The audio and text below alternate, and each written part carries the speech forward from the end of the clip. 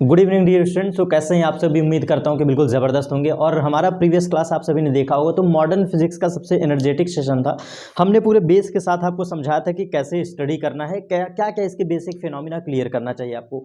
आज का हमारा लेक्चर प्रीवियस ईयर क्वेश्चन पर आधारित है और पहला, this is very and very most important question जो कि एग्जाम में पूछा जाता है। बिल्कुल सीक्वेंस वाइज स्टडी करते चलेंगे, वही प्रश्न का स्टडी करेंगे जो आपके एग्जाम में पूछा गया है। तो पहला क्वेश्चन है कि प्रकाश विद्युत प्रभाव को परिभाषित कीजिए। ये फिनोमिना हम पढ़ने चल रहे हैं। This is our question number first. Define हमें करना है कि प्रकाश विद्युत प्रभाव की घटना किसे कहते हैं।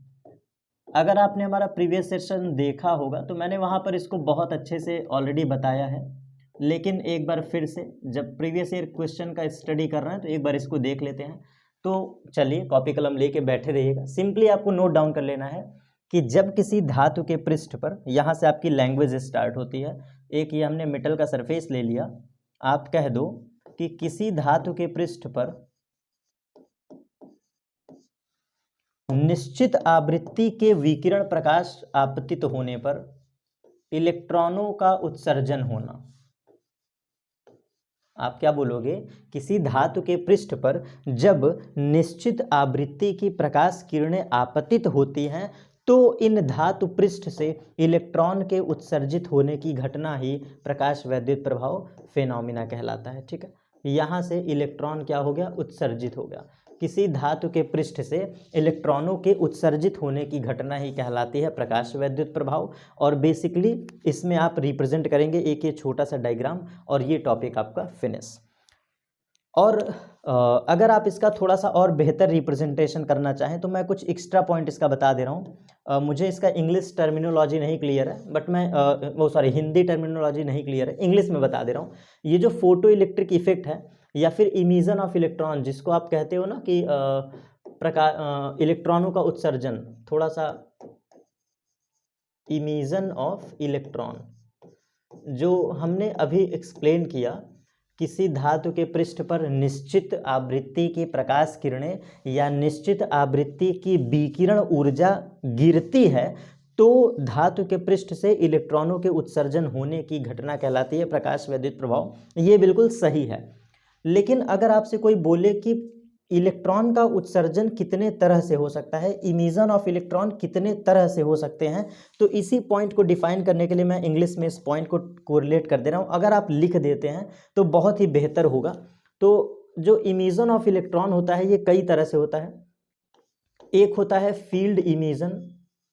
फील्ड इमिशन, फील्ड इमिशन का मतलब होता है कि जब हम लोग बहुत ही तगड़ा विद्युत क्षेत्र या बहुत ही तगड़ा चुंबकीय क्षेत्र दे देते हैं और इसके प्रभाव में इलेक्ट्रॉन उत्सर्जित हो जाए तो वो कहलाता है फील्ड इमिशन। दूसरा हमारा कहलाता है thermal emission. Thermal thermal emission. और इस थर्मल इमिशन का मतलब है ये हीट से कोरिलेट करता है, मतलब ऊष्मा दी जाती है यहाँ पे। और तीसरा होता है फोटो इलेक्ट्रिक इमिशन। मतलब यहाँ पे हम लोग रेडिएशन एनर्जी के थ्रू हम लोग क्या करते हैं, इलेक्ट्रॉनों का उत्सर्जन कराते हैं। तो जो हम ये डिस्कशन करें ना फोटो इलेक्ट्रिक इफेक्ट, ये हमारा होता है एक तरह से रेडिएशन इमिशन। Radiation emission.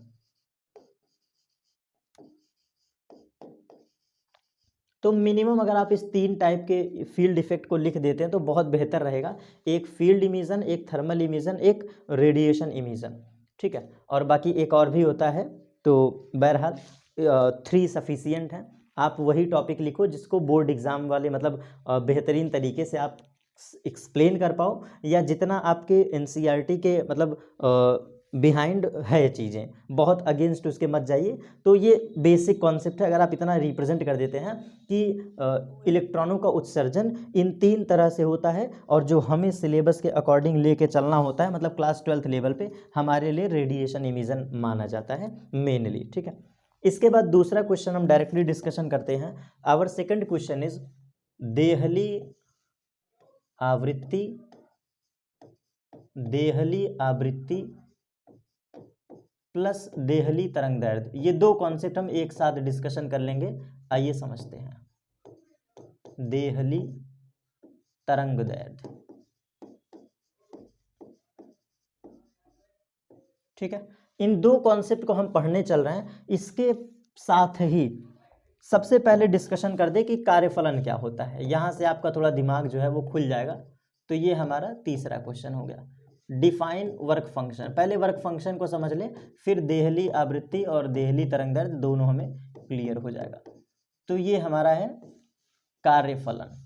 कार्यफलन क्या होता है, देखो मैंने बताया था ना कि किसी धातु को दी गई वह न्यूनतम ऊर्जा जो उसे एक इलेक्ट्रॉन उत्सर्जित कर पाए। एकदम प्यारा सा कॉन्सेप्ट। आप बोलोगे कार्यफलन क्या होता है, तो कार्यफलन के सामने रिप्रेजेंट कर दो किसी धातु को दी गई वह न्यूनतम ऊर्जा जो उससे एक इलेक्ट्रॉन उत्सर्जित कर पाए, एक इलेक्ट्रॉन। तो धातु पृष्ठ के द्वारा अवशोषित, धातु पृष्ठ के द्वारा अवशोषित वह न्यूनतम ऊर्जा, धातु पृष्ठ के द्वारा अवशोषित वह न्यूनतम ऊर्जा जो एक इलेक्ट्रॉन उत्सर्जित करने के लिए आवश्यक होता है, जो एक इलेक्ट्रॉन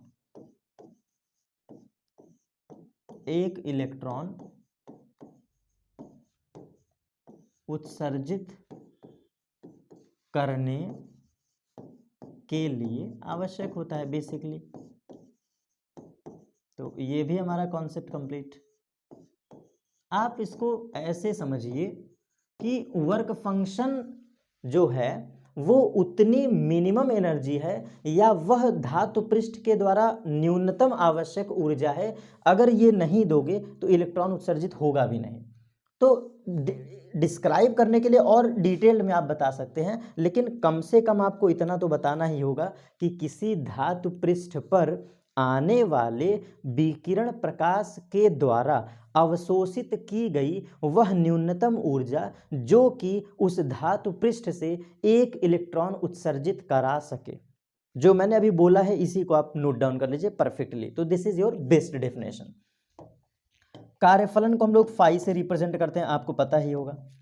कार्यफलन को हम लोग फाई से रिप्रेजेंट करते हैं।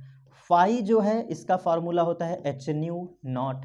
इसी की जगह हम लोग लिख सकते हैं phi is equal to H C upon lambda naught. यहाँ से अगर आप पढ़े हैं तो मैं बताया हूँ बेटा, कार्यफलन के संगत उत्पन्न आवृत्ति ही देहली आवृत्ति होती है और कार्यफलन के संगत उत्पन्न तरंगदैर्ध्य ही देहली तरंगदैर्ध्य होता है। तो ये मुझे पढ़ाना जरूरी था। अब यहाँ से हम पिछले स्लाइड में चलते हैं। तो आइए देखिए अपने इस स्लाइड में देहली आवृत्ति क्या है। तो सेम वही डेफिनेशन कॉपी कर लो। धातु पृष्ठ के भीतर निहित किसी इलेक्ट्रॉन के द्वारा अवशोषित की गई वह न्यूनतम प्रकाश की ऊर्जा जो कि उसी पृष्ठ से एक इलेक्ट्रॉन उत्सर्जित करा सके, ये कहलाता है देहली आवृत्ति। कहने का मतलब है थ्रेशहोल्ड फ्रीक्वेंसी की बात हो रही है। थ्रेशहोल्ड देहली का मतलब ही है कि कम से कम इतनी आवृत्ति तो दे दो, कम से कम आवश्यक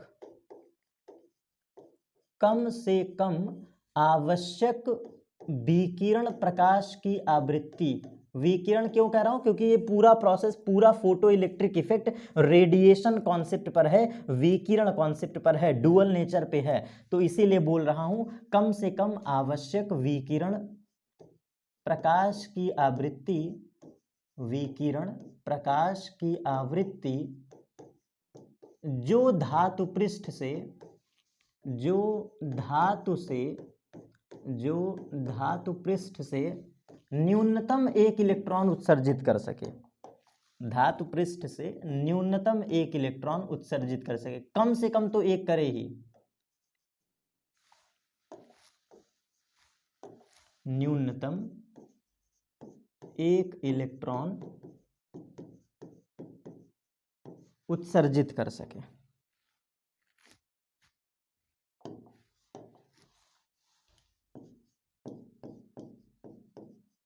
तो ये हमारा, ये भी कॉन्सेप्ट क्लियर, देहली आवृत्ति की कहानी भी क्लियर हो गई। धातु पृष्ठ के द्वारा अवशोषित की गई वह न्यूनतम प्रकाश की आवृत्ति जो उस पृष्ठ से एक इलेक्ट्रॉन उत्सर्जित करा सके। Threshold, minimum requirement of frequency of light that can emit an electron from that metal surface, कम से कम रिक्वायर्ड फ्रीक्वेंसी। यहीं से तीसरा क्वेश्चन जो हमारा देहली तरंगदैर्ध्य का है, अब थोड़ा सा भले कॉन्सेप्ट हार्ड है, वीडियो को पॉज कर लीजिए, माइंड रिफ्रेश कर लीजिए, लेकिन यहाँ पे मैं स्पेशली बोलूँगा कि देहली तरंगदैर्ध्य को थोड़ा फोकस करके सुनिएगा। आजकल ट्रेंडिंग पे है भी ना कि जरा कैमरामैन फोकस करो, तो थोड़ा यहाँ पे फोकस करिएगा अगर आप पढ़ने वाले बच्चे हैं तो। देहली तरंगदैर्ध्य पर चलिए, देखो देहली तरंगदैर्ध्य क्या होता है। डिफाइन करने के लिए आप ये कहोगे, सबसे सस्ता लैंग्वेज बता रहा हूं कि इससे इजी मैं पॉसिबल भी नहीं करवा सकता, इससे मिनिमम पॉसिबल नहीं है। तो इस देहली को अगर आपको समझना है तो मिनिमम डेफिनेशन ये समझना, देहली आवृत्ति मतलब न्यू नॉट, देहली आवृत्ति के संगत, देहली आवृत्ति के संगत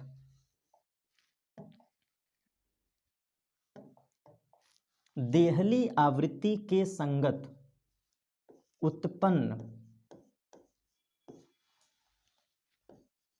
प्रकाश की तरंगदैर्ध्य, प्रकाश की तरंगदैर्ध्य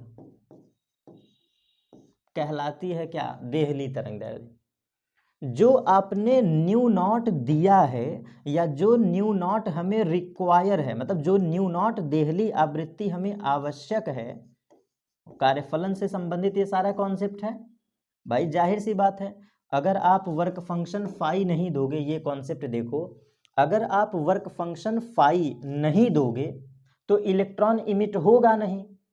तो अगर आपने वर्क फंक्शन के बराबर एनर्जी दे दिया है, कार्यफलन के समतुल्य ऊर्जा दे दिया है, तो ये ऊर्जा किस पे डिपेंड करती है, आवृत्ति पे, देहली आवृत्ति पे। कार्यफलन की ऊर्जा देहली आवृत्ति पे डिपेंड करता है। तो अब यहां से एक कदम आगे सोचो, तो देहली तरंगदैर्ध्य के संगत जो देहली आवृत्ति के संगत जो तरंगदैर्ध्य आएगा, ये एच न्यू की मैं बात कर रहा हूं। अगर इस एच न्यू के संगत कोई प्रकाश तरंगदैर्ध्य उत्सर्जित हो रही है या कोई तरंगदैर्ध्य की एक सीमा, एक रेंज हमें दिख रहा है, तो वही तो कहलाएगा ना देहली तरंगदैर्ध्य। वही चीज तो मैं आपको समझा रहा हूं कि देहली आवृत्ति के संगत उत्पन्न प्रकाश की तरंगदैर्ध्य ही क्या कहलाती है, देहली तरंगदैर्ध्य कहलाती है। तो इस न्यू नॉट के में आवश्यक है, इससे संबंधित जो तरंगदैर्ध्य उत्पन्न होगा यही हमारा कहलाता है देहली तरंगदैर्ध्य। तो इसकी भी डेफिनेशन किताबों में कुछ इस प्रकार से रिप्रेजेंट होती है कि वह न्यूनतम प्रकाश की आवृत्ति या वह न्यूनतम तरंगदैर्ध्य जो किसी धातु पृष्ठ से एक इलेक्ट्रॉन उत्सर्जित कराने के लिए रिक्वायर होती है या आवश्यक होती है। लेकिन ये तो इजी कॉन्सेप्ट था, ये हमारा इजी कॉन्सेप्ट था कि देहली आवृत्ति भी क्लियर हो गया, देहली तरंगदैर्ध्य भी क्लियर हो गया, और इसके साथ ही साथ ये कार्यफलन भी क्लियर हो गया।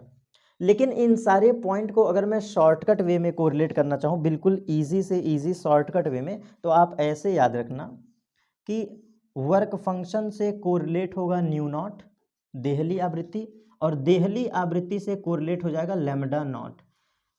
कार्यफलन के शर्त में बोलोगे वह न्यूनतम आवश्यक ऊर्जा जो धातु पृष्ठ से इलेक्ट्रॉन उत्सर्जित करा सके। न्यू नॉट के शर्त में बोलोगे वह न्यूनतम आवश्यक प्रकाश विकिरण की आवृत्ति, वह न्यूनतम विकिरण प्रकाश की आवृत्ति जो हमें आवश्यक है और धातु से एक इलेक्ट्रॉन उत्सर्जित करा सके। और फिर अगर बात करते हैं देहली तरंगदैर्ध्य की, तो यहाँ पर आप डिफाइन करोगे कि देहली आवृत्ति के संगत उत्पन्न प्रकाश की जो तरंगदैर्ध्य होगी या उसका रेंज होगा, वही कहलाएगा देहली तरंगदैर्ध्य। इन छोटे छोटे क्वेश्चंस के बाद एक प्यारा सा क्वेश्चन आपको कराता हूं, बहुत ही अच्छा क्वेश्चन है वो, मतलब बहुत ही प्यारा क्वेश्चन है। डिमांड ये है इस क्वेश्चन की कि विभव संस्तब्ध विभव, स्टॉपिंग पोटेंशियल। थोड़ा सा कॉन्सेप्ट को समझिएगा, बहुत प्यारा ये ग्राफ आया हुआ है और उम्मीद करता हूं कि ये ग्राफ जो बच्चा देखेगा सिर्फ वही इस जवाब को बता पाएगा। Stopping potential versus stopping potential versus frequency संस्तब्ध विभव या निरोधी विभव जो कह लो इसको, निरोधी विभव तथा आवृत्ति के बीच जो ग्राफ हम प्लॉट करते हैं उस ग्राफ का स्लोप आपसे पूछा था अभी जस्ट प्रीवियस ईयर क्वेश्चन में, कि जब हम निरोधी विभव वर्सेस आवृत्ति का ग्राफ खींचते हैं तो find the slope of that curve, उस रेखा का प्रवणता ज्ञात कीजिए। स्लोप डिफाइन करना था, प्रवणता ज्ञात करना था, और स्लोप का मतलब होता है डिफाइन एम, प्रवणता डिफाइन आपको करना था, slope M tan theta, m is equal to tan theta. और बड़ा ही ये प्यारा क्वेश्चन बना था क्योंकि ऑप्शन इतना खतरनाक दिया था। ये क्वेश्चन आया हुआ क्वेश्चन है, लिख लीजिए, very and very most important. Ignore मार दो वो एक अलग बात है कि आप पढ़ो ही ना कॉन्सेप्ट को, वो अलग चीज़ है, लेकिन पूरे मॉडर्न फिजिक्स के फोटो इलेक्ट्रिक इफेक्ट का सबसे हार्ड ये ग्राफ है वाकई में, तो मैं इसको प्रियोरिटी दूंगा, बिल्कुल फर्स्ट प्रियोरिटी, बहुत तगड़ा ग्राफ है। आइए पढ़ते हैं, 1 मिनट से भी कम टाइम लगेगा क्योंकि मैं पढ़ाया हूँ, बस दिमाग का बेटा खेल होता है, सारा खेल दिमाग का है। अगर कॉन्सेप्ट क्लियर है ना तो चीज़ें हम पढ़े होते हैं। आइए समझते हैं। हमने आपको पढ़ाया था आइंस्टीन समीकरण H nu minus H nu naught is equal to kinetic energy, याद है? याद करिए बेटा, हमने पढ़ाया था ना Einstein equation, H nu minus H nu naught बराबर ई के।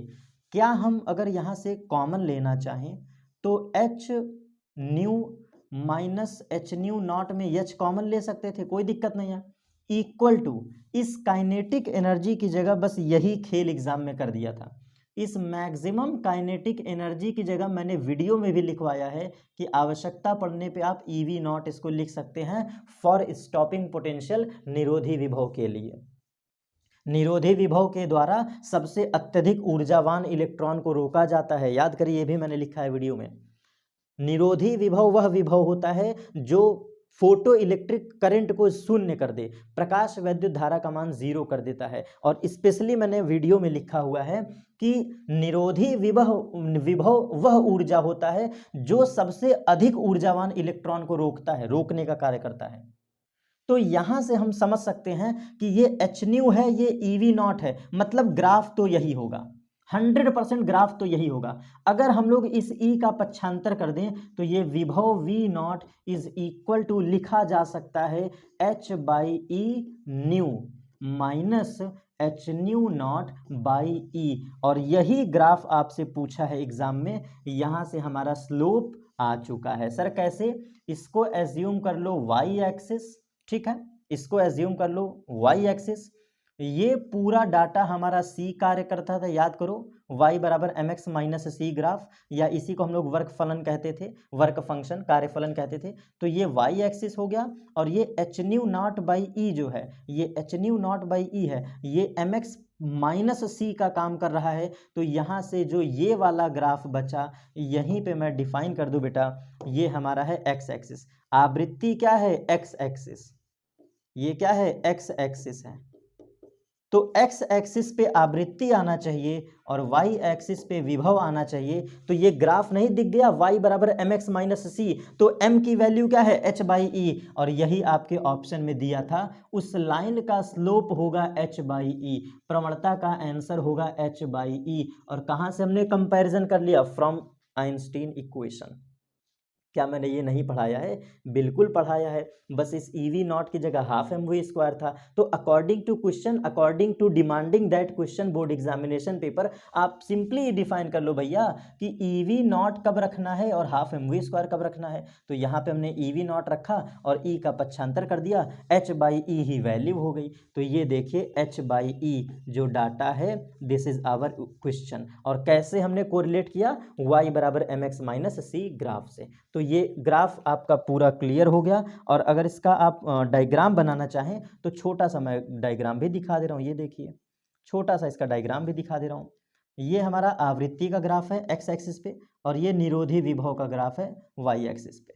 वी नॉट का मतलब निरोधी विभव, और रेखाएं कुछ इस प्रकार से गुजरेंगी, ये देखिए ऐसे, ये लाइन कैसे गुजरेगी, कुछ ऐसे। और आप यहाँ पे लिख सकते हैं, आप यहाँ पे लिख सकते हैं दिस पॉइंट इज, कैसे कलर नहीं चेंज हो रहा है, ये फिर गड़बड़, 1 सेकेंड बच्चों, 1 सेकेंड बस, अब रंग आ जाएगा। ये वाला जो पॉइंट है इसको कहते हैं न्यू बराबर न्यू नॉट, उसी तरह इस पॉइंट को भी कहते हैं न्यू बराबर न्यू नॉट। ये डिफरेंट डिफरेंट मेटल की बात कर रहा हूँ, ये कोई पहला मेटल है, ये कोई दूसरा मेटल है, और इस लाइन का स्लोप क्या होगा, h/e होगा। इस ग्राफ का स्लोप क्या है, ये एंगल जो है स्लोप m की जो वैल्यू होगी वो h/e है, और इक्वेशन ऑफ लाइन क्या है जो कि मैंने रिप्रेजेंट कर दिया है, h/e nu minus h nu not by e is equal to V naught. तो ये हमारा प्यारा सा क्वेश्चन कंप्लीट। अब हम लोग अगेन अगला क्वेश्चन डिस्कशन करते हैं, प्रकाश वैद्युत उत्सर्जन के नियम बताइए। पूरे कॉन्सेप्ट को डिस्कशन करने के साथ मैं रिप्रेजेंट कर रहा हूं, तो ये हमारा प्यारा सा क्वेश्चन आ गया बोर्ड एग्जाम का, बिल्कुल तड़कता भड़कता अच्छा क्वेश्चन। प्रकाश वैद्युत उत्सर्जन के नियम लिखो। प्रकाश वैद्युत उत्सर्जन, फोटो इलेक्ट्रिक इमिशन के आपको नियम बताने हैं। प्रकाश वैद्युत उत्सर्जन के नियम बताओ। यहाँ पे ये नहीं बोला है कि हर्ट्ज लिनार्ड मिल्टन नियम बताओ, नहीं, ये भी हमारा दमदार क्वेश्चन है, बहुत ही अच्छा क्वेश्चन है ये भी। तो आइए इसको भी डिफाइन कर लेते हैं फास्ट वे में। चलिए, अच्छा क्या है law of emission of photo electric effect, ये है क्या सर, कैसे डिफाइन करें? तो आप ये कहोगे, देखो क्या कहोगे, एक छोटा सा चित्र बना दो, ये देखो हमने डायग्राम बनाया एकदम प्यारा सा, बिल्कुल अच्छा लग रहा है ना। ये आया विकिरण ऊर्जा, ये आया विकिरण ऊर्जा, बस इतना सफिशियंट है। ज़्यादा कलाकारी कर देंगे तो अच्छा नहीं लगता ना, रंगना ज़्यादा थोड़ी ना है। ये h न्यू हमने ऊर्जा दे दिया। अब अंदर का निहित इलेक्ट्रॉन इस ऊर्जा को खाता है, आपको पता है, और ये बाहर आएगा, कहाँ पे, बाहर, ये बाहर आ गया, और फिर इसके बाद ये बाहर उड़ चलेगा E ऑफ काइनेटिक एनर्जी से। ये चीज़ें मैंने समझाया है आपको, बहुत अच्छे से याद होगा। और जो बीच की जर्नी है वो कार्यफलन है, ये फाई क्या है, कार्यफलन, वाई क्या है ये, सॉरी फाई क्या है, कार्यफलन। डायग्राम मैंने बना दिया। अब देखो यहां से लिखना शुरू करो। प्रकाश वैद्युत उत्सर्जन का पहला नियम कहता है, पहला नियम कि प्रकाश की तीव्रता, प्रकाश की तीव्रता, पहला नियम लिखोगे, यदि प्रकाश की तीव्रता बढ़ाई जाए या घटाई जाए, इससे उत्सर्जन दर प्रभावित होगा, उत्सर्जन दर, इलेक्ट्रॉनों का उत्सर्जन दर प्रभावित होगा, इलेक्ट्रॉनों का उत्सर्जन दर प्रभावित होगा, या फिर फोटोनों की संख्या प्रभावित होगी। तो ये आपको लिख देना है, ये पहला रिजल्ट हमारा कंप्लीट। यदि किसी आपतित प्रकाश की तीव्रता को बढ़ाया जाए या घटाया जाए तो ये सीधे सीधे इलेक्ट्रॉनों की उत्सर्जन दर को प्रभावित करता है या नंबर ऑफ फोटॉन्स को प्रभावित करता है, और सीधा सीधा कहा जाता है कि तीव्रता को प्रभावित करने का मतलब है आपने धारा को प्रभावित किया। तीव्रता के प्रभावित करने से क्या प्रभावित होता है, धारा। प्रकाश की तीव्रता के बढ़ने और घटने से प्रकाश वैद्युत धारा का मान बदलता है, तीव्रता। तो इसको अंडरलाइन कर लिया जाए, सेम कॉन्सेप्ट है, ये हो गया। और अगर आप चाहें तो छोटा सा ग्राफ बना सकते हैं, जैसे कि मैंने सिखाया भी था। ये एक है, ये एक है, I 2I,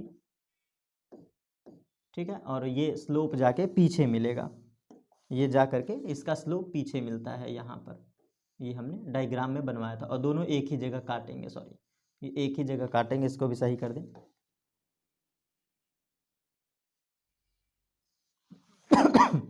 ठीक है, तो दोनों एक ही जगह काटते हैं। चलिए, तो ये हमारा हो गया, इसको निरोधी विभव कह लो या आवृत्ति कह लो, दोनों का मतलब सेम है। ठीक है, ये हमारा धारा का ग्राफ है, वाई एक्सिस पे धारा है और एक्स एक्सिस पे चाहे आवृत्ति ले लो चाहे पोटेंशियल ले लो। एक पॉइंट क्लियर। अब दूसरा पॉइंट आप कहोगे इसके उत्सर्जन के नियम। दूसरा नियम कहता है यदि प्रकाश की आवृत्ति निश्चित आवृत्ति से भी कम है, जैसे कहने का मतलब आपतित प्रकाश की आवृत्ति, लिख लेना इस चीज को, आपतित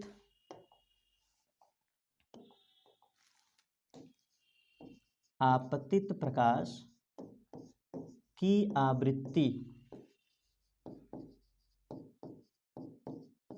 यदि आपतित प्रकाश की आवृत्ति देहली आवृत्ति से भी कम है, देहली आवृत्ति, आपतित प्रकाश की आवृत्ति देहली आवृत्ति से कम है, तो इलेक्ट्रॉन का उत्सर्जन कभी नहीं हो सकता, असंभव है। इलेक्ट्रॉनों का उत्सर्जन असंभव है, इलेक्ट्रॉनों का उत्सर्जन असंभव है। ठीक है, ये चीजें हैं। तो यहां पर स्पेशली बोला गया है कि यदि किसी धातु के पृष्ठ पर एक न्यूनतम आवृत्ति से भी कम, न्यूनतम आवृत्ति से भी कम अगर प्रकाश की आवृत्ति दे दें तो उस धातु से इलेक्ट्रॉन का उत्सर्जन नहीं हो सकता, ये असंभव है, जो कि आइंस्टीन साहब ने भी बोला है। तो 2 पॉइंट हमारा क्लियर, तीव्रता और ये वाला। तो इसको हम लोग लिखते हैं new is less than new not, यही वो शर्त है, नो इमिशन अकर्स, यहाँ पे उत्सर्जन नहीं होगा, no emission occurs, no emission occurs. ठीक है, हल्का फुल्का स्पेलिंग मिस्टेक वो उसको इग्नोर करिए, कॉन्सेप्ट को ध्यान दीजिएगा। ठीक है, इलेक्ट्रॉनों का उत्सर्जन असंभव है अगर new is less than new not है। तो इसको हिंदी में कैसे रिप्रेजेंट करोगे, यदि किसी धातु के पृष्ठ पर न्यूनतम आवृत्ति से भी कम आवृत्ति गिराते हैं या आपतित करते हैं तो इलेक्ट्रॉनों के उत्सर्जन असंभव है, इलेक्ट्रॉनों का उत्सर्जन असंभव है। ठीक, 2 पॉइंट हमारे क्लियर। अब इसका तीसरा लॉ, आइए तीसरा लॉ, मतलब 2 के बाद तीसरा नंबर, भाई सारे पॉइंट पढ़ना पड़ेगा ना। तीसरा पॉइंट, उत्सर्जित इलेक्ट्रॉन की ऊर्जा, उत्सर्जित इलेक्ट्रॉन की ऊर्जा, अब वो चाहे जैसी ऊर्जा हो, उत्सर्जित इलेक्ट्रॉन की ऊर्जा चाहे जैसी हो, ये सीधा सीधा आवृत्ति से प्रभावित होगी। अगर आपने फ्रीक्वेंसी बदल दिया, प्रकाश की आवृत्ति बदल दिया तो ऊर्जा बदल जाएगा। सेम यहीं पे आप एक पॉइंट और किताबों में लिखता है कि उत्सर्जित इलेक्ट्रॉन, इसी कॉन्सेप्ट को बहुत डिटेल्ड वे में पढ़ा रहा हूं, उत्सर्जित इलेक्ट्रॉन की गतिज ऊर्जा, उत्सर्जित इलेक्ट्रॉन की गतिज ऊर्जा ये भी प्रकाश की आपतित आवृत्ति के बदलने पर बदल जाती है। ठीक है, क्या हमने बोला, उत्सर्जित इलेक्ट्रॉन की ऊर्जा सीधा सीधा फ्रीक्वेंसी पे डिपेंड करती है, अथवा उत्सर्जित होने वाले इलेक्ट्रॉन की काइनेटिक एनर्जी, काइनेटिक एनर्जी के की बात हो रही है, के का, ये के भी प्रभावित होता है फ्रीक्वेंसी के बदलने से। और बताएं, यही दोनों कॉन्सेप्ट, दोनों ऊर्जा और गतिज ऊर्जा, ये संस्तब्ध विभव पे भी डायरेक्टली प्रोपोर्शनल है, मतलब निरोधी विभव पर भी डिपेंड करता है सीधा सीधा। अगर निरोधी विभव बदल गया तो ऊर्जा बदल जाएगी, ऑटोमेटिकली आवृत्ति भी बदल जाएगा, ऊर्जा भी बदल जाएगा। तो याद रख लीजिएगा इस कॉन्सेप्ट को भी। पूरा पॉइंट एक लाइन में लिखोगे, कैसे, उत्सर्जित होने वाले इलेक्ट्रॉन की गतिज ऊर्जा एवं निकलने वाले इलेक्ट्रॉन की ऊर्जा सीधा सीधा निरोधी विभव एवं आपतित प्रकाश की आवृत्ति पर निर्भर करती है। तो आवृत्ति की किसकी बात हो रहा है, दोनों जगह आवृत्ति शब्द जो आया है, ये दोनों आवृत्ति किसका है, आपतित प्रकाश की आवृत्ति है, याद रखिएगा, आपतित प्रकाश की आवृत्ति, आपतित प्रकाश की आवृत्ति अगर तुम चेंज कर देते हो, आपतित प्रकाश की आवृत्ति न्यू चेंज कर दोगे तो सब कुछ खेल बिगड़ जाएगा। ठीक, ये 3 हो गया लॉ। और यहाँ पे एक थ्योरम लिख दे छोटा सा, यहाँ पे एक छोटा सा थ्योरम लिख दें आप सभी के लिए, नोट डाउन कर लीजिएगा।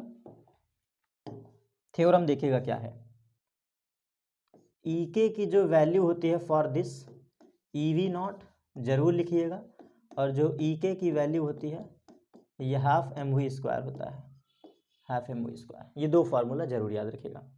ठीक है, चलिए स्पेशली इसके लिए। अब चलते हैं अपने चौथे पॉइंट पे। चौथे पॉइंट पे क्या जो आपतित प्रकाश की ऊर्जा है, ध्यान से समझिएगा, एच न्यू, आपतित, यहां पे टर्म क्लियर कर ले रहा हूं, आपतित विकिरण प्रकाश स्रोत की ऊर्जा, आपतित विकिरण प्रकाश स्रोत की ऊर्जा दो भागों में बट जाती है, दो भागों में। इस ऊर्जा का, एच न्यू ऊर्जा का, एच न्यू का दो जगह बंटवारा होता है, दो जगह। कौन? एक तो कार्यफलन के रूप में, कुछ ऊर्जा इलेक्ट्रॉन रिलीज कर देता है कार्यफलन के रूप में, और दूसरा है गतिज ऊर्जा के फॉर्म में, गतिज ऊर्जा। यही तो ऊर्जा लेकर के फोटोन उत्सर्जित होता है, ई के। तो आपतित प्रकाश की कुल ऊर्जा का दो जगह बंटवारा होता है, एक कार्यफलन और एक गतिज ऊर्जा। और यहीं पे आप समीकरण दे दो, इसी थ्योरम को समझाने के लिए आप लिख दो कि एच न्यू का बंटवारा हो गया फाई प्लस ई के, फाई प्लस ई के, पक्षांतर कर दो तो H nu minus phi is equal to E K, और इसका फुल समीकरण लिख दो। देखो पूरा समीकरण लिख दो, ये पहला स्टेप, ये दूसरा स्टेप, और यहाँ पे तीसरा स्टेप। क्या होगा हमारा तीसरा step? H nu minus H nu naught is equal to half M V square. ये बातें भी यहां लिख दो तो गलत नहीं है, ठीक है। 4 पॉइंट हो गए, और सबसे आखिरी 5वां पॉइंट, सबसे आखिरी हमारा 5वां पॉइंट। 5वां पॉइंट कहता है, लॉ कहता है कि ऊर्जा के आने में और इलेक्ट्रॉन के उत्सर्जन में समय नहीं लगता। बस सबसे आखिरी थ्योरम, यहां पे मैं लाइन खींच दे रहा हूं ताकि आपको दिक्कत ना हो। 5वां और सबसे लास्ट थ्योरम कहता है कि विकिरण ऊर्जा के गिरने, ध्यान से समझना बेटा, स्टार पॉइंट है, स्टार पॉइंट, विकिरण ऊर्जा के धातु पृष्ठ पर गिरने, ये सब प्रीवियस ईयर क्वेश्चन का डिस्कशन कर रहा हूं। विकिरण ऊर्जा के धातु पृष्ठ पर गिरने, धातु पृष्ठ पर गिरने तथा धातु पृष्ठ से इलेक्ट्रॉन के उत्सर्जन, धातु पृष्ठ से, धातु पृष्ठ से इलेक्ट्रॉन के उत्सर्जन, उत्सर्जन में समय पश्चातता नहीं लगता, टाइम लैग, समय पश्चातता, समय पश्चातता, नो टाइम लैग।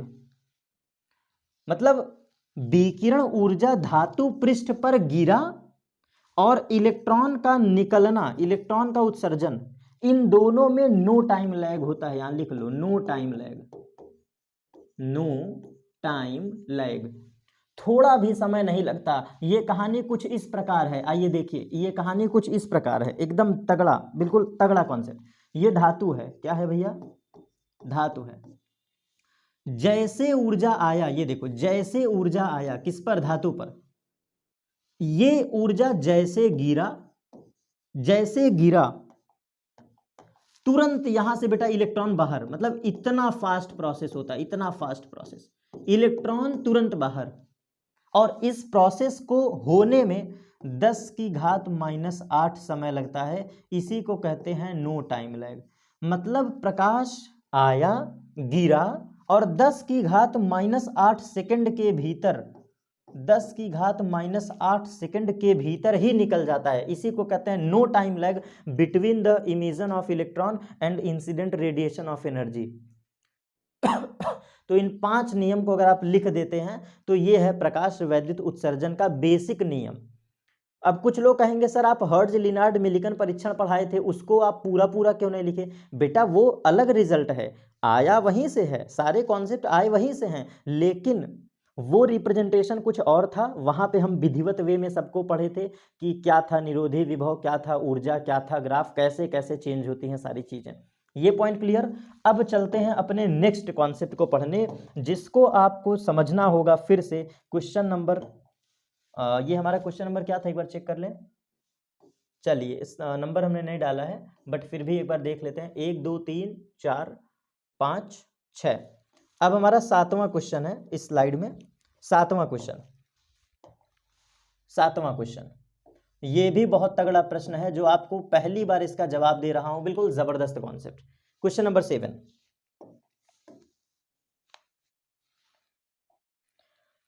यहां पर तरंग सिद्धांत क्यों फेल हो गया था, मतलब हम ये बताएंगे कि मैक्सवेल का तरंग सिद्धांत, सीधा सीधा ऐसे समझो, मैक्सवेल का तरंग सिद्धांत क्योंकि जाहिर सी बात है लाइट कंसिस्ट डुअल नेचर, तो मैक्सवेल का तरंग सिद्धांत क्यों असफल रहा, यहां पे क्यों असफल रहा,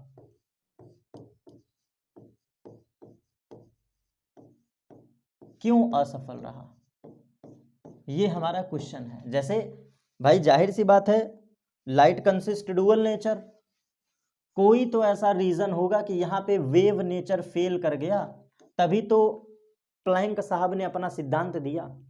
तो थोड़ा सा इसका बेसिक प्रीवियस ईयर क्वेश्चन है, थोड़ा सा बेसिक, थोड़ा बेसिक, वही 5 मिनट का टाइम फिर से आपसे लूंगा। आपको याद होगा कि मैंने बोला था 1865 में मैक्सवेल साहब आते हैं और मैक्सवेल साहब क्लियर कर देते हैं कि जो प्रकाश है, प्रकाश ये विकिरण है, प्रकाश क्या है, विकिरण है, मैक्सवेल साहब बोलते हैं। साथ ही साथ बोलते हैं कि लाइट इलेक्ट्रोमैग्नेटिक वेव है, विद्युत चुंबकीय तरंगे हैं, इलेक्ट्रोमैग्नेटिक वेव, इलेक्ट्रोमैग्नेटिक वेव का मतलब विद्युत चुंबकीय तरंगे हैं, और साथ ही साथ ये बहुत ही ज्यादा ऊर्जा का उत्सर्जन करते हैं, मतलब इट रिलीजेज इटसेल्फ एनर्जी। तो विद्युत क्षेत्र इसका बहुत तगड़ा होता है और चुंबकीय क्षेत्र भी इसका बहुत तगड़ा होता है, और दोनों समय के साथ परिवर्ती होते हैं। साथ ही साथ ये बताते हैं कि प्रकाश हमारा एक प्रकार से विकिरण ऊर्जा है, ये फिर से इन्होंने क्लियर किया। तो जब इस सबसे आखिरी वेव थ्योरी को, इस सबसे लास्ट प्रमाणित विज्ञान के क्षेत्र में मैक्सवेल के थ्योरम को फोटो इलेक्ट्रिक इफेक्ट में जब अप्लाई किया जाता है, तरंग का यह सिद्धांत जो कि मैक्सवेल ने बताया था, तरंग के इस सिद्धांत को जब अप्लाई किया जाता है तो पता चलता है कि फोटो इलेक्ट्रिक इफेक्ट में फेल कर गया।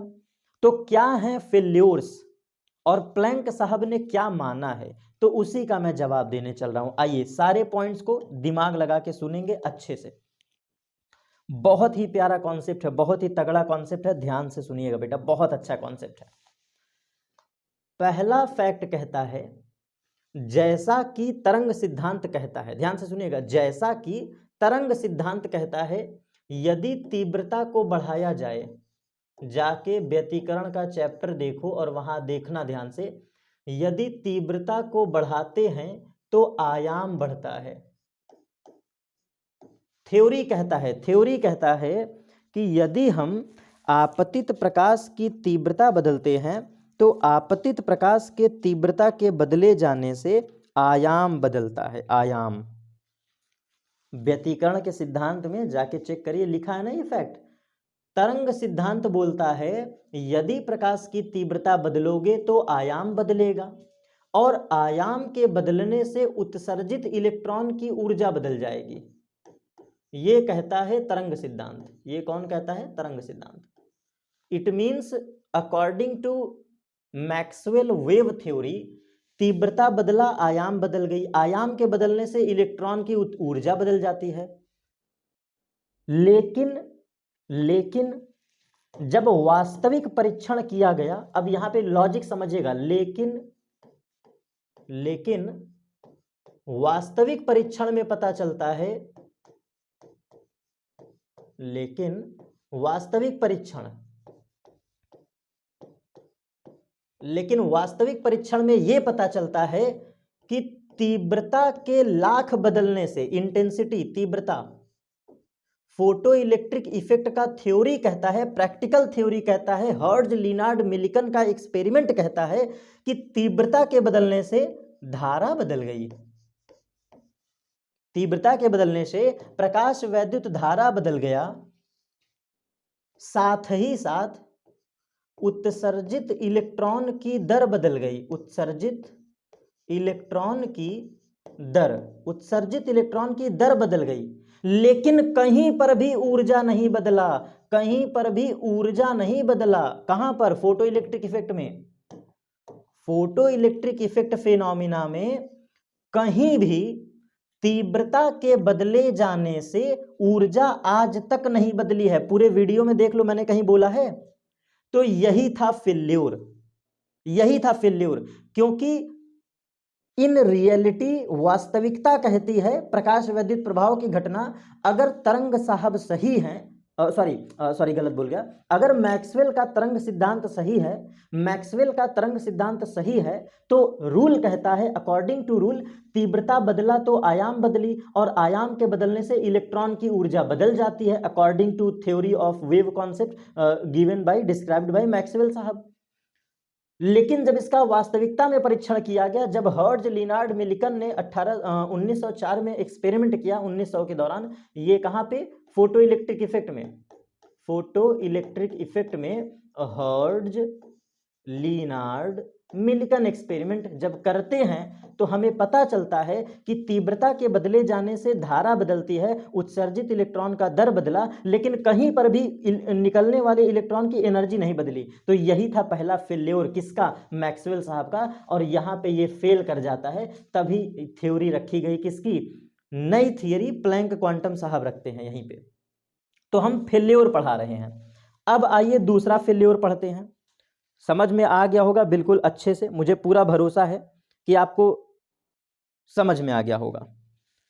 अब दूसरा थ्योरी समझना, दूसरा थ्योरी, फेल्योर का दूसरा कॉन्सेप्ट।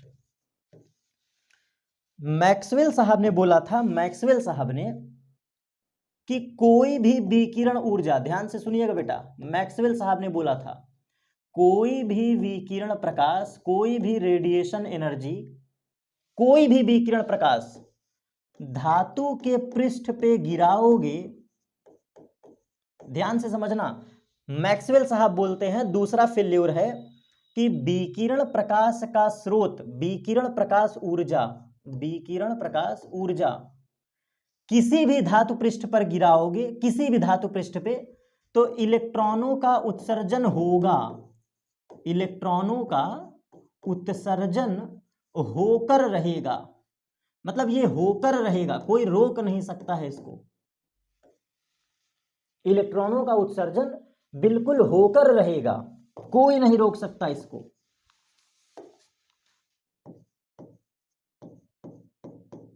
लेकिन अब फिर समझना, मैक्सवेल साहब ने अपना पूरा प्रयास ये लगाया कि विकिरण प्रकाश ऊर्जा मेटल को कुछ भी दे दो, किसी भी मेटल को, इलेक्ट्रॉन रिलीज करेगा, मतलब इलेक्ट्रॉन उत्सर्जन होगा। फिर बोलो, जबकि वास्तविक परीक्षण कहता है, जबकि वास्तविक परीक्षण कहता है, कौन सा? Hertz, Lenard, Millikan experiment. जबकि वास्तविक परीक्षण कहता है,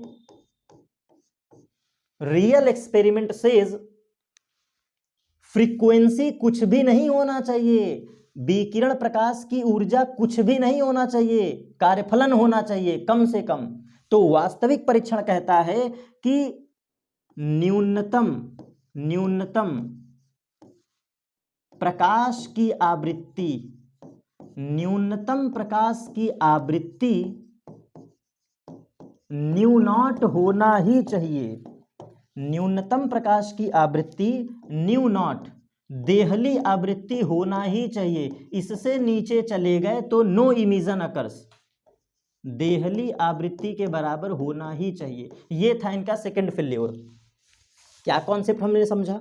फिर से एकदम दमदार तरीके से पढ़ो बेटा, एकदम मौज होकर के, मतलब नेचुरल वे में पढ़ा रहा हूं कि क्लियर हो जाए कॉन्सेप्ट। आज नहीं, जब भी पढ़ोगे इस कॉन्सेप्ट को, यही बार बार पूछता है सदियों से, मतलब क्या बताएं, यही घटिया क्वेश्चन हर बार पूछा जाता है। प्रकाश विद्युत प्रभाव का नियम लिखो, उत्सर्जन लिखो, समीकरण लिखो, देहली आवृत्ति, देहली तरंग। इसीलिए आज नहीं, आज से 10 साल बाद, 15 साल बाद जब भी देखोगे, कॉन्सेप्ट कभी नहीं चेंज होगा, फिजिक्स में कोई चेंज होने वाला नहीं है, ठीक, जो बोर्ड का सिलेबस है। तो एकदम तगड़े से समझ लो कि क्लियर हो जाए जब भी कभी पढ़ो।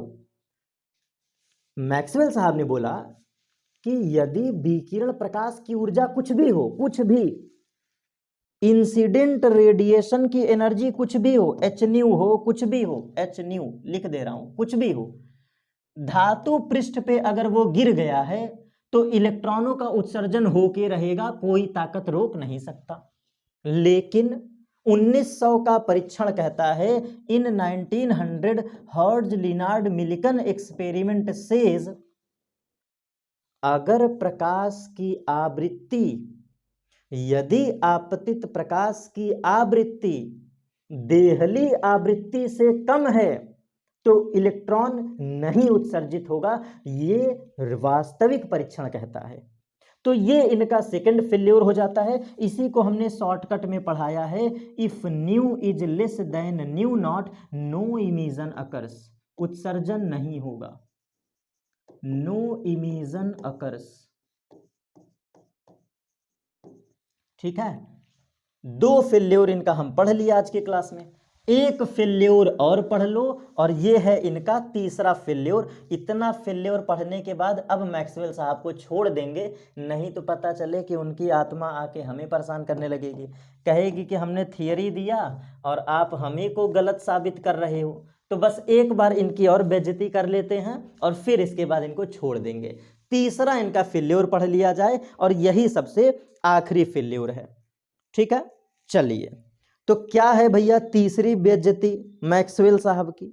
आइए, मैक्सवेल साहब ने कहा, मैक्सवेल साहब ने बोला कि किसी भी धातु पृष्ठ पर, आइए देखिए, किसी भी धातु पृष्ठ पर जब आपतित प्रकाश गिर रहा है, मैक्सवेल साहब ने कहा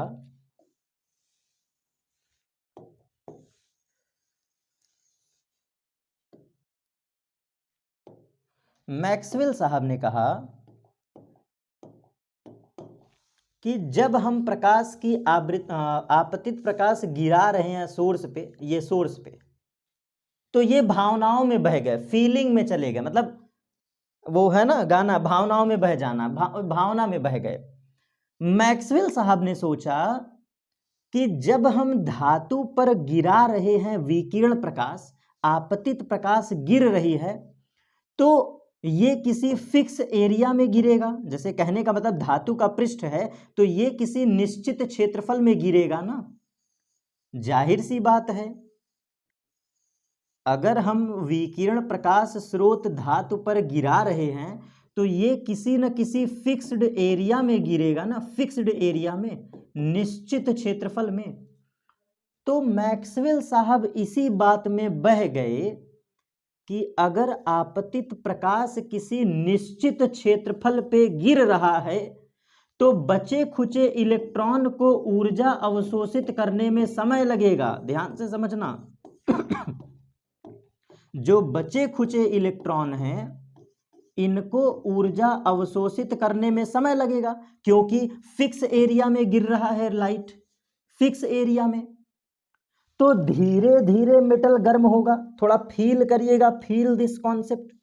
मेटल पर लाइट गिर रहा है तो निश्चित एरिया में गिरेगा ना, ऐसा तो है नहीं कि पूरे मेटल पे गिर रहा है अकॉर्डिंग टू मैक्सवेल। तो ये बोले कि अगर निश्चित एरिया पे प्रकाश गिर रहा है तो मेटल के इलेक्ट्रॉन को अवशोषित करने में टाइम लगेगा ना, मेटल के इलेक्ट्रॉन को ऊर्जा खाने में समय लगेगा ना। तो इस समय के दौरान इन्होंने बोला कि इलेक्ट्रॉन के निकलने और ऊर्जा के खाने में कुछ समय लगता है।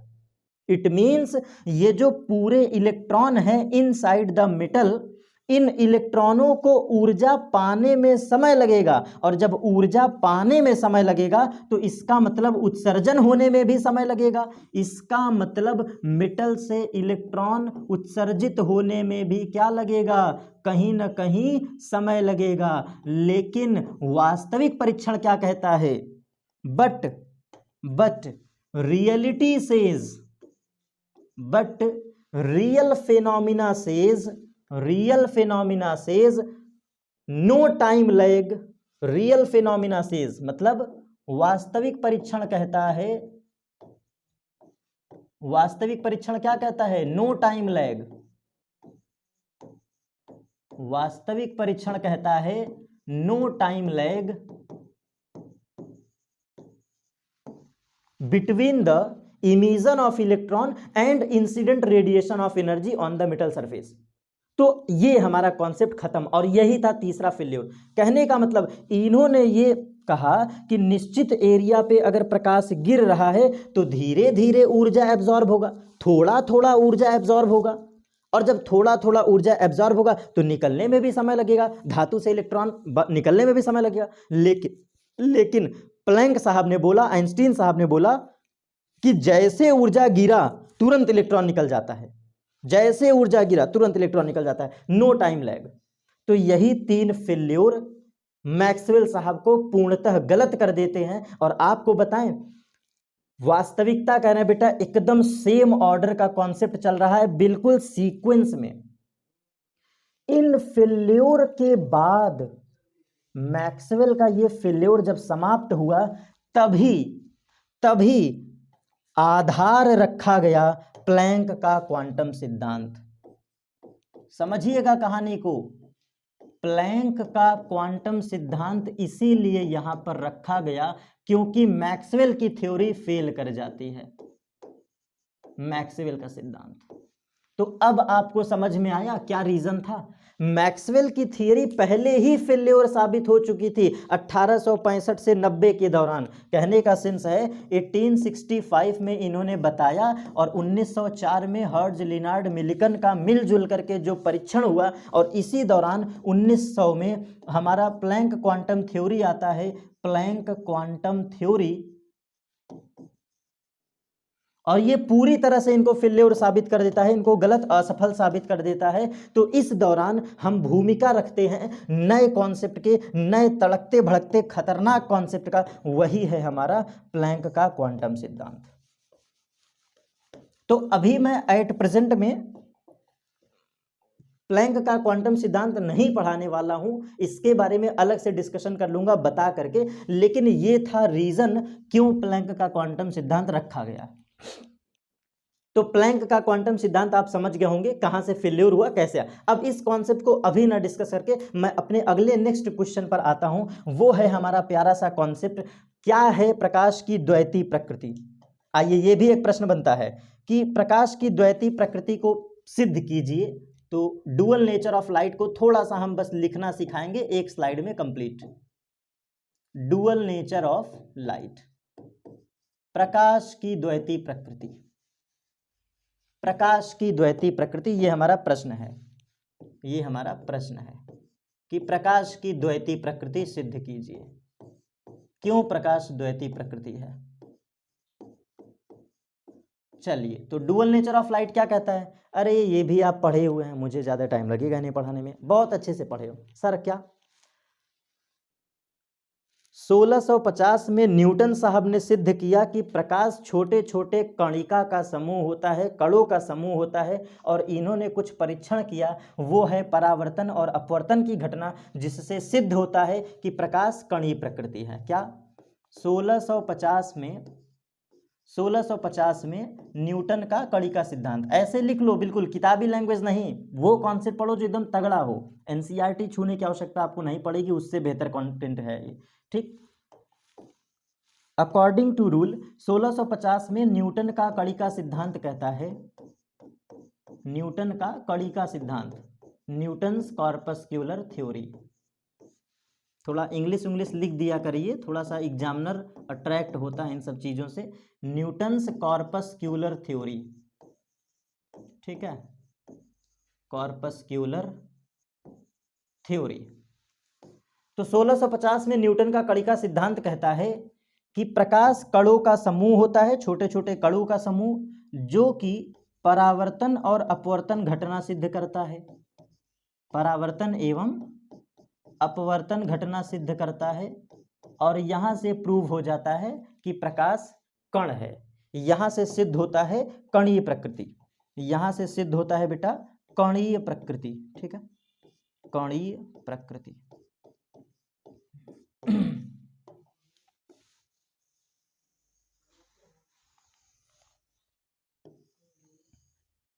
चलिए, इसको लिख दिया हमने। और इतिहास हमेशा कहता है इतिहास हमेशा से कहा है कि जब कोई आगे बढ़ा है तो उसको पीछे गिराने के लिए विरोध किया गया है। इतिहास हमेशा कहता है।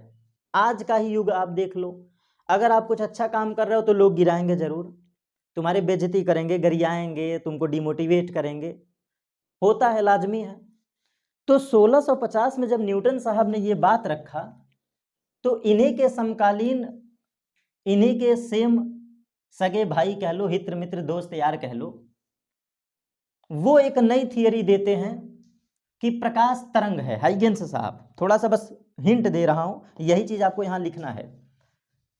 तो हाइगेंस साहब आते हैं और हाइगेंस साहब सीधा कह देते हैं कि प्रकाश एक तरंग है। प्रकाश क्या है? तरंग है। कोई लॉजिक नहीं, कोई फैक्ट नहीं, डायरेक्टली बोल देते हैं कि प्रकाश तरंग है। लेकिन इनकी बातों को कोई उतना एक्सेप्ट नहीं लेता है, क्योंकि ये भी फेल्योर आगे चल के होता है। इन्होंने कुछ गलतियां कर दी थी। हाइगेंस साहब बोल देते हैं कि प्रकाश एक तरंग है, लेकिन ऐसा नहीं है कि कुछ फैक्ट नहीं दिए। इन्होंने डेरिवेशन किया है, आपको याद होगा, हाइगेंस का तरंगिका सिद्धांत, हाइगेंस का द्वितीयक तरंगिका सिद्धांत, हाइगेंस का परावर्तन नियम, हाइगेंस का अपवर्तन नियम, तो सब कुछ इन्होंने दिया है। लेकिन ये थियरी फेल्योर कर जाती है। तो इनके बचाव में और न्यूटन साहब के अपोज में, ध्यान से सुनिएगा, हाइगेंस साहब का बचाव करने के लिए और न्यूटन साहब को अपोज करने के लिए 1804 में लेटेस्ट घटना होती है, जिसको यंग का द्वितीयक झिर्री प्रयोग कहते हैं। यंग का द्वितीयक झिल्ली प्रयोग, यंग का द्वितीयक झिल्ली प्रयोग, यंग का द्वितीयक झिल्ली प्रयोग, young double slit, young double slit experiment, young double slit experiment. और यंग का द्वितीयक झिर्री प्रयोग प्रमाण के साथ कहता है, प्रमाण के साथ, इसको कोई अपोज कर नहीं सकता है, इसको कोई अपोज कर नहीं सकता है। यहां पर प्रमाण के साथ दुनिया ने स्वीकारा कि प्रकाश एक तरंग है। क्यों सर, ऐसे कैसे? मैं आपको फैक्ट देता हूं ना, इतना तगड़ा मैंने लाइट कॉन्सेप्ट पढ़ाया, जाके हमारा प्रीवियस टॉपिक देखिए, आपको बताया है मैंने। न्यूटन साहब जब कोई थियरी देते थे, न्यूटन साहब कोई थियरी देते थे तो दुनिया बड़े गौर से सुनती थी, क्योंकि ये बहुत ही टैलेंटेड आदमी थे, multi talented, extra ordinary, genius आदमी थे। न्यूटन साहब बहुत नामी आदमी थे, इनकी घटनाओं को कोई भी स्वीकार कर लेता था, क्योंकि बताने का तरीका इतना प्रभावी होता था, इतने लॉजिकल वे में अपनी बात रखते थे कि दुनिया क्यों नहीं स्वीकार करेगी, मतलब अपना लोहा मनवाएंगे, सिंपल सा, इतना इनका तगड़ा प्रभावी अस्तित्व था, इतना इनका मतलब उच्च चरित्र था। किनका? न्यूटन साहब का। आप पढ़ोगे ना जब थोड़ा सा, इंटर तो यार छोटी पढ़ाई है, अभी तो ठीक है इंटर में आप लोग हो, लेकिन जब आप थोड़ा और आगे बढ़ोगे तो पता चलेगा कि न्यूटन साहब कौन सेक्टर में नहीं बोले हैं। आपको पता है, न्यूटन साहब की थिंक तक पढ़ने पड़ते हैं, विचार तक पढ़ना पड़ता है। न्यूटन साहब ने अपना दार्शनिक दृष्टिकोण दे दिया है, पता नहीं कौन कौन सेक्टर में गजब गजब का थियरी, मतलब दार्शनिक विचारधारा, भगवान जाने कहाँ इतना मतलब मल्टी टैलेंटेड लोग कैसे पैदा हो गए। तो भौतिक में ही नहीं, इनका अलग क्षेत्र में भी बड़ा हाथ है। तो इसी कारण से न्यूटन का चरित्र इतना ज्यादा प्रभावी होता था कि इनकी बातों को लोग आसानी से एक्सेप्ट करते थे। तो 1650 में इनकी बात एक्सेप्टेंस में आई, लेकिन हाइगेंस साहब का लोड क्यों नहीं लिया गया, जो कि इनके समकालीन थे? समझिएगा चीजों को, हाइगेंस साहब की थियरी क्यों नहीं मानी गई? क्योंकि हाइगेंस साहब के जो विचार थे वो गलत सिद्धांत पे आधारित थे, उतने प्रभावी नहीं थे, उतने मतलब कॉन्सेप्चुअल नहीं थे, उतने कॉन्सेप्चुअल नहीं थे। तो हाइगेंस का उतना लोड नहीं लिया लोगों ने, लोड समझते हैं ना, इनका लोड नहीं लिया, कहे अरे तुम फालतू आदमी, हटो, तुम्हारे थ्योरी हम काहे माने, बकवास, इग्नोर मार दिया गया। लेकिन 1650 और 1804 का गैप देख रहे हो, 150 साल, थोड़ा देखो। 1650 की थियरी और 1804 का यंग द्वितीयक झिल्ली प्रयोग, 150 साल का गैप हो गया है, 150 साल का, 150 ईयर का गैप है, 150 साल का अंतराल है 1650 में और 1804 में। तो क्या इस दौरान न्यूटन जिंदा थे? नहीं जिंदा थे। सुनिएगा कॉन्सेप्ट को, 1650 और 1804 के दौरान न्यूटन साहब जिंदा नहीं थे और न्यूटन साहब का देहांत हो चुका था, जिसके कारण से जब यंग साहब ने अपनी थियरी दिया, यंग साहब ने अपना एक्सपेरिमेंट किया, तो उस दौरान न्यूटन तो जिंदा थे नहीं कि अपने बचाव में कुछ तथ्य रखते। तो जब वो शख्स जिंदा ही नहीं है तो उसकी थियरी को आगे कौन बढ़ाएगा? जब न्यूटन साहब हैं ही नहीं तो उनकी थियरी को आगे कौन बढ़ाएगा? ड्यू टू दिस रीजन, इसी कारण से बेटा यंग का द्वितीयक झिल्ली प्रयोग लोगों को स्वीकार करना पड़ा, मजबूरी थी। यहां पे यंग का डबल स्लिट गलत नहीं है, बात को समझिएगा, यंग का डबल स्लिट एक्सपेरिमेंट गलत बिल्कुल भी नहीं है, तथ्यों के साथ इन्होंने बात रखा। लेकिन रीजन ये होता है कि 1650 और 1804 में 150 साल का गैप है, जिसके कारण न्यूटन साहब का देहांत हो जाता है। और अपना बचाव वो करे कैसे जब न्यूटन ही नहीं जिंदा है? तो उनका कणिका सिद्धांत कौन आगे बढ़ाएगा? तो इस कारण से यंग का द्वितीयक झिल्ली प्रयोग लोगों को मानना पड़ा, यंग का द्वितीयक झिल्ली प्रयोग लोगों के समक्ष स्वीकार करना पड़ा, लोगों के समक्ष इसको क्या करना पड़ा? एक्सेप्टेंस मिल गया, स्वीकार करना पड़ा। और यहां पे 100% माना गया कि लाइट तरंग है, लाइट वेव है, और इसका प्रमाण दिया जाता है व्यतिकरण घटना। लिख लीजिएगा इस बात को, व्यतिकरण घटना, ध्रुवण घटना, ध्रुवण और विवर्तन डिफ्रैक्शन। तो ये तीन फिनोमिना कौन कौन से? व्यतिकरण, ध्रुवण और विवर्तन, ये प्रकाश के तरंग प्रकृति को सिद्ध करते हैं, और 1650 का परावर्तन और अपवर्तन। तो ये है कणी प्रकृति, ये है तरंग प्रकृति, दोनों को मर्ज कर दो, दोनों को मिला दो, this is called dual nature of light. इसी को कहते हैं प्रकाश की द्वैती प्रकृति। और ये था पूरा कहानी का जर्नी, पूरे कहानी का जर्नी था डुअल नेचर ऑफ लाइट।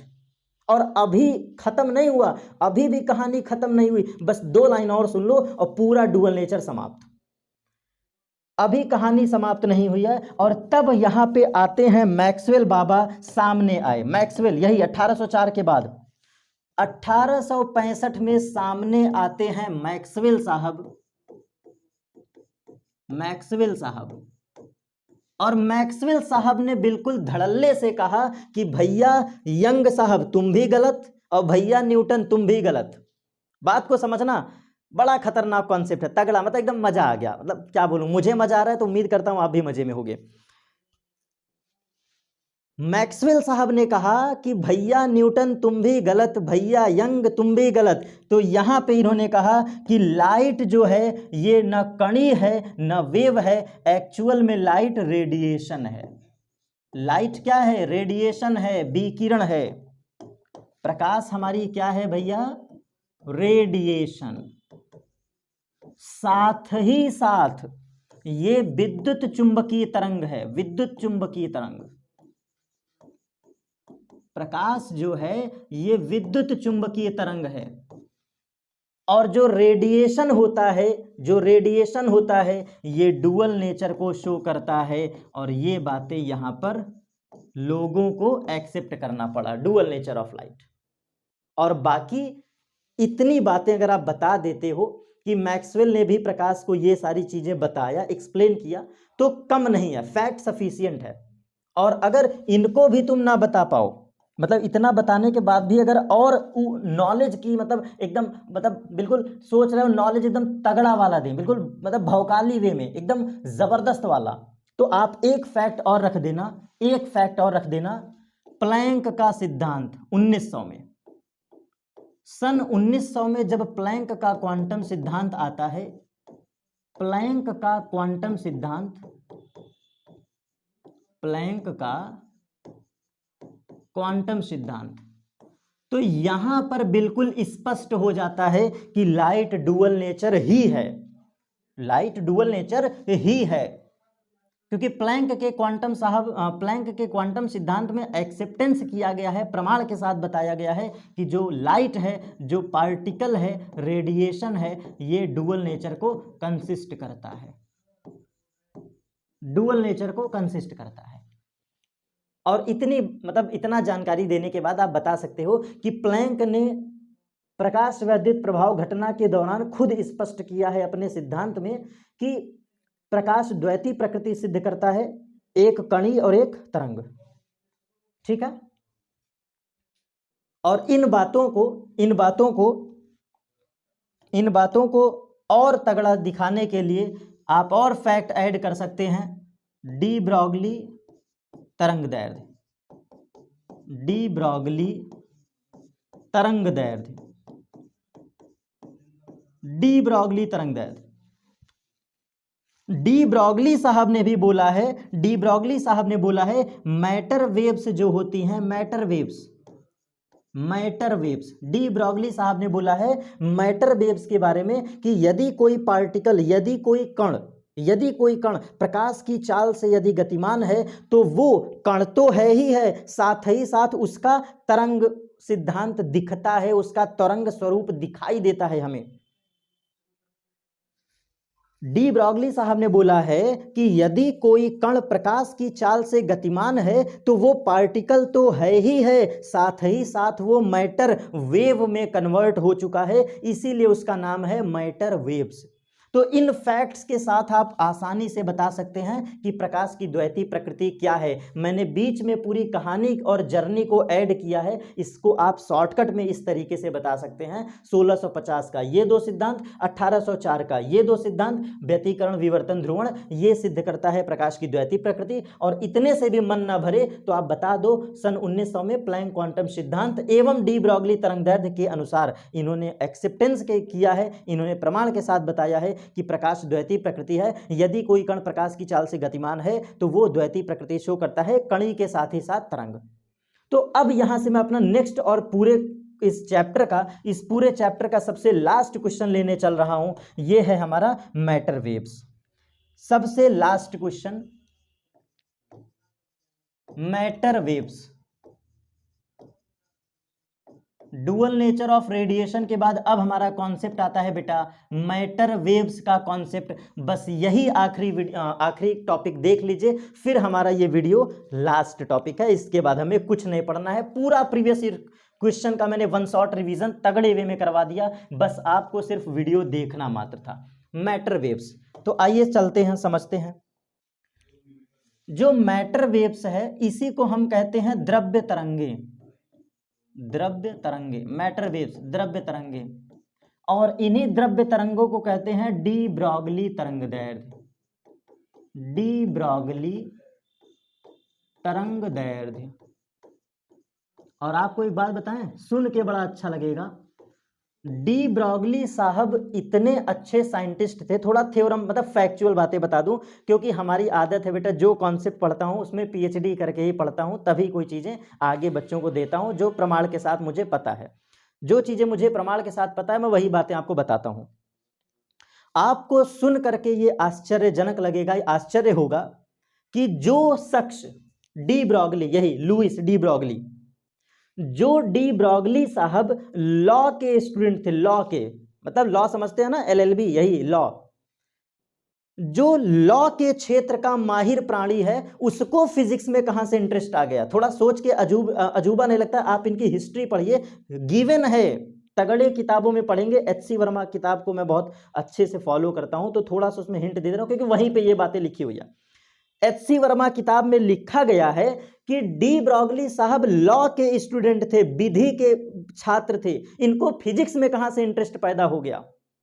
तो सुनिएगा, जब डुअल नेचर ऑफ लाइट का बवाल चल रहा था, मतलब जब सारी दुनिया आपस में बौराई हुई थी कि प्रकाश तरंग है कि कण है, दोनों का पचड़ा इनके सामने जब आया तो इन्होंने पता नहीं क्या ऐसा इंटरेस्ट पैदा हुआ, ये कहे कि मैं भी अपने कुछ विचार को रखूंगा, अपने थिंक को मैं भी रखूंगा, भले वो फिजिक्स का सेक्टर है। इन्होंने संघर्ष किया, फिजिक्स में थोड़ा पढ़ाई किया और इन कॉन्सेप्ट को डिटेल्ड वे में समझा। कौन से कॉन्सेप्ट को? क्वांटम साहब को, मैक्सवेल साहब को, यंग डबल स्लिट एक्सपेरिमेंट को और न्यूटन का कड़ी का सिद्धांत। चार फैक्ट मैं बता रहा हूं। न्यूटन का कड़ी का सिद्धांत 1650, यंग डबल स्लिट एक्सपेरिमेंट 1804, 1865 का मैक्सवेल इक्वेशन और 1904 का प्लैंक क्वांटम थ्योरी।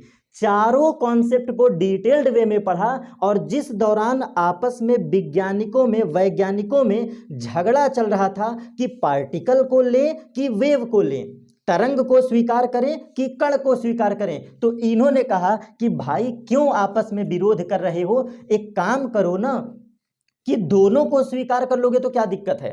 अगर मैं ये कह दूं कि जो कण होता है वो तरंग भी है और वो कण भी है, तो दोनों को मिक्सअप पढ़ लो तो तुमको दिक्कत क्या है। डी ब्रॉगली साहब ने अपना यही फैक्ट रखा, कहा कि क्यों झगड़ रहे हो भैया, दोनों को एक्सेप्टेंस में ले लोगे तो क्या समस्या है।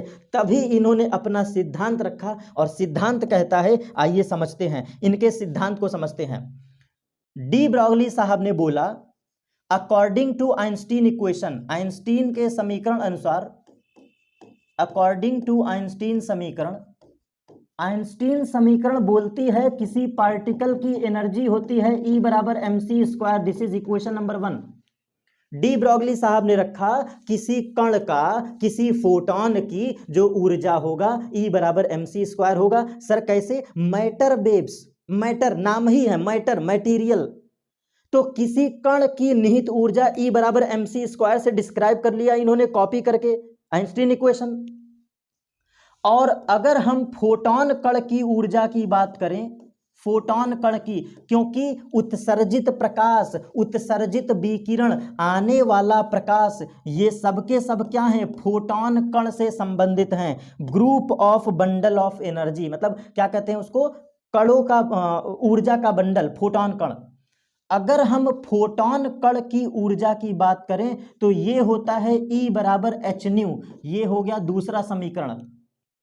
ध्यान से समझिएगा, किसी कण की ऊर्जा होती है E बराबर mc², ये पार्टिकल नेचर से बिहेव इन्होंने मतलब कोरिलेट कर लिया, और फोटॉन कण की ऊर्जा होती है E बराबर hν, और इन्हीं दोनों समीकरण को इक्विवेलेट कर दिया तो लॉ कहता है अगर ये भी ऊर्जा है ये भी ऊर्जा है तो लिख सकते हैं ना hν बराबर mc², लिख सकते हैं ना hν बराबर mc²। और जैसा कि हम जानते हैं आवृत्ति जो होती है, जो आवृत्ति होती है न्यू, जैसा कि हमें तरंग सिद्धांत में पढ़ाया गया है, आवृत्ति होती है c/λ, आवृत्ति होती है c/λ, यहाँ रख दो hc/λ is equal to mc², और c से c कट गया, यहाँ पे बचा क्या, यहाँ पे बचा क्या, ये लिखा है line h/λ, this is equal to mc, और mc का मतलब है संवेग, मोमेंटम ऑफ पार्टिकल, किसी कण का संवेग जो होगा,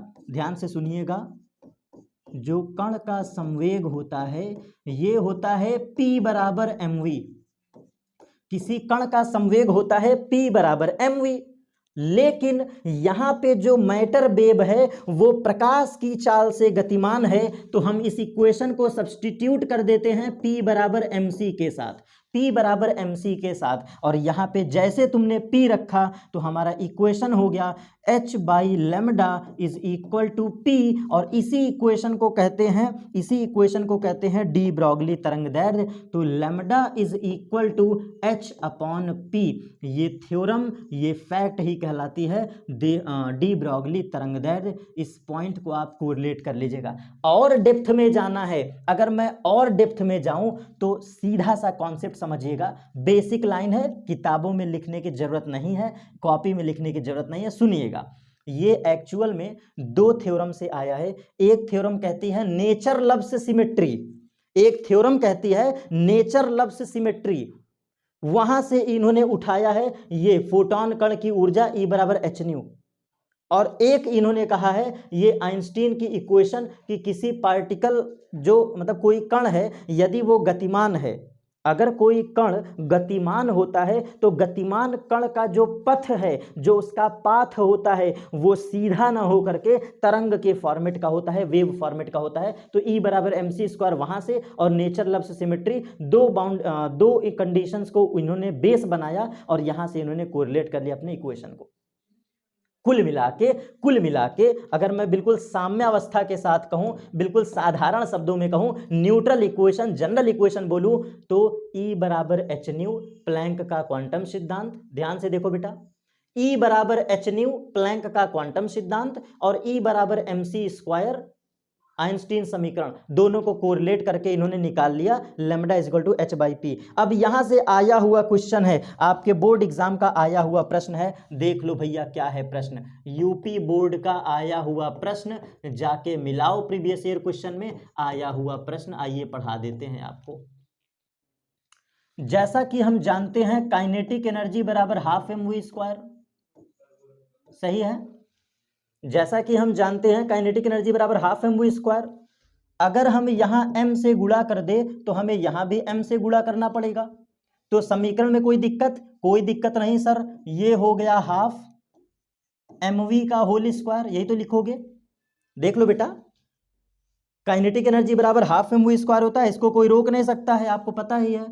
काइनेटिक एनर्जी बराबर हाफ एम वी स्क्वायर, तो हमने m से गुणा और m से गुणा दोनों तरफ कर दिया, तो ये हो गया m के, ये हो गया m के, और ये हो गया हाफ एम वी का स्क्वायर। जैसा कि हम जानते हैं ये p शब्द लिखा है, तो क्या यहाँ पे लिखा जा सकता है p का वर्ग बराबर 2 टाइम्स यम के, 2 टाइम्स यम के।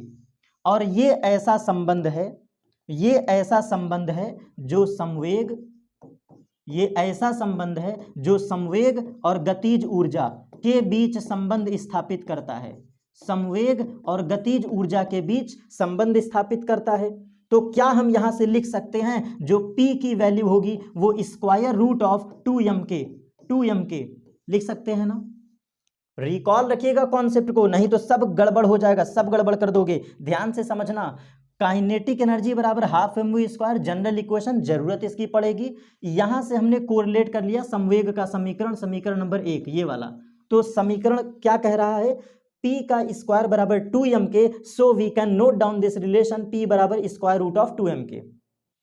और यदि गतिज ऊर्जा निरोधी विभव पर आधारित हो, यदि हम गतिज ऊर्जा की बात करें निरोधी विभव के टर्म में, यदि हम गतिज ऊर्जा की बात करें निरोधी विभव के टर्म में, तो इसकी जगह EV नॉट रख सकते हो, पढ़े ही हो फोटो इलेक्ट्रिक इफेक्ट का कंप्लीट थ्योरी, काइनेटिक एनर्जी बराबर EV नॉट, उठा करके यहाँ पुट कर दो, तो संवेग का सबसे आखिरी समीकरण हो गया 2MEV not, 2MEV not, 2MEV not. बस यही समीकरण हम यूज करेंगे डी ब्रॉगली वेवलेंथ में, और आया हुआ प्रश्न क्या था इसका जवाब आपको मिल चुका है, आए हुए प्रश्न का जवाब आपको मिल चुका है। जैसा कि हम जानते हैं, जैसा कि हम जानते हैं, ये देखिए हम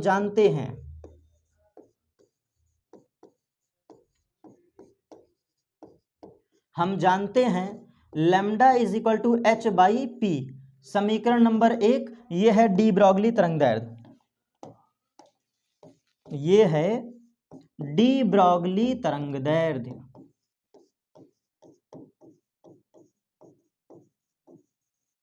ये है हमारा डी ब्रॉगली तरंगदैर्घ्य। तो अगर हम इसकी जगह समीकरण रखना चाहे तो आया हुआ प्रश्न यही है, lambda is equal to H divide by समीकरण 1 रख दो तो स्क्वायर रूट के अंदर 2m के, ये आया हुआ प्रश्न है, ये आया हुआ प्रश्न है, इसको लिख लो, यही आपको जवाब देना था। ठीक है, इसी पर आधारित तीसरा क्वेश्चन, इसी पर आधारित तीसरा question, lambda is equal to H whole divide by square root के अंदर 2m EV नॉट, ये निरोधी विभव का प्रश्न है। कौन सा सर, ये वाला, ये निरोधी विभव का आया हुआ प्रश्न है, ये निरोधी विभव का आया हुआ प्रश्न है, और ये प्रश्न गतिज ऊर्जा का आया हुआ प्रश्न है, गतिज ऊर्जा का। और अगर हम इस इक्वेशन में, इस गतिज ऊर्जा के इक्वेशन में कुछ वैल्यूज को पुट कर दें, जैसा कि अगर हम इस इक्वेशन में कुछ वैल्यूज को पुट कर दें तो हमारा फाइनल आंसर आ जाता है कुछ ऐसा। देखिए क्या, अगर हम इस निरोधी विभव के समीकरण में, अगर इस निरोधी विभव के समीकरण में जो आप देख पा रहे हैं, ये आपके सामने ये गिवन इक्वेशन है ना, ये देख पा रहे हैं आप, lambda is equal to H upon 2MEV। अगर इस उपर्युक्त समीकरण में वैल्यू पुट कर देते हैं किसका, lambda is equal to 6.6 into 10 to the power minus 34, कितना होता है, सॉरी हाँ 34 बिल्कुल सही है। 6.6 into 10 to the power minus 34 और whole divide by square root के भीतर 2 मल्टीप्लाइड बाई मास किसका, इलेक्ट्रॉन का, 9.1 into 10 to the power minus 31 kg, यही होता है 9.1 into 10 to the power minus 31, और इलेक्ट्रॉन वोल्ट की जगह मल्टीप्लाई कर दो 1.6 into 10 to the power minus 19 और बगल में लिख दो विभव V, बगल में लिख दो विभव V। तो ये आप इस इक्वेशन को ध्यान से देखो, H की जगह वैल्यू पुट कर दिया 6.67 into 10 to the power minus 34, point clear. और नीचे जो 2 MeV है इसकी जगह 2 रखा हमने, मास ऑफ इलेक्ट्रॉन है ये 9.1 into 10 to the power minus 31 और 1.6।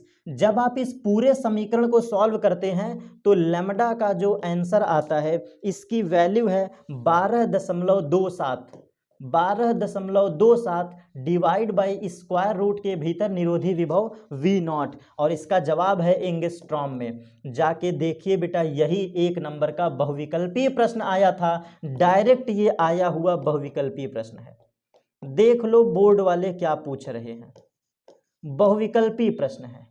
तो ये हमारी पूरा स्लाइड आज का समाप्त, complete discussion with previous year question, पूरा कॉन्सेप्ट समाप्त। इसका स्क्रीनशॉट जरूर ले लीजिएगा। लैम्डा की value 12.27 divide by V0, V हमारा निरोधी विभव है और इसका आंसर एंगस्ट्रॉम में आएगा। तो फाइनली जितना हमने क्लासेस आपको आज के टॉपिक में मैंने डिस्कशन किया है, पूरा एक बार फास्ट वे में देख लिया जाए, सुन के भी अच्छा लगे, पढ़ के भी अच्छा लगे कि हमने क्या क्या आपको पढ़ाया। पहला क्वेश्चन प्रकाश वैद्युत प्रभाव, दूसरा क्वेश्चन देहली आवृत्ति देहली तरंगदैर्घ्य, पूरा डिस्कशन किया हमने। कार्यफलन के बारे में हमने पढ़ा, निरोधी विभव और आवृत्ति के बीच हमने ग्राफ खींचा जिसका स्लोप पूछा था h/e, ठीक है, आया हुआ ग्राफ है। प्रकाश वैद्युत उत्सर्जन के 3 नियम थे, तीनों हमने 3 नियम कह रहा हूँ, 5 नियम मैंने लिखवाया है, तो 1 नंबर 2 नंबर और यहाँ पे 3, ठीक, ये पूरा हमने उत्सर्जन नियम पढ़ा दिया। फिर हमने मैक्सवेल का तरंग सिद्धांत क्यों असफल रहा पूरा डिटेल्ड वे में समझाया। तो इनके असफल होने का 3 कारण है, मैक्सवेल का तरंग सिद्धांत फेल्योर होने का 3 कारण है, ये भी हमने डिस्कशन किया, नंबर 1 और नंबर 2 एंड नंबर 3, पूरा point clear. Next question Planck का क्वांटम सिद्धांत, इसको अलग से वीडियो में सेपरेट वीडियो में बात करूंगा, प्लैंक का क्वांटम सिद्धांत क्या था इसको सेपरेट वीडियो में डिस्कशन करेंगे। फिर हमने डिस्कशन किया प्रकाश की द्वैतीय प्रकृति, पूरा कहानी के साथ समझाया, ठीक है। जो भी बच्चे देखना चाहें पूरा वीडियो फिर से जाके पीछे एक बार देख लीजिएगा।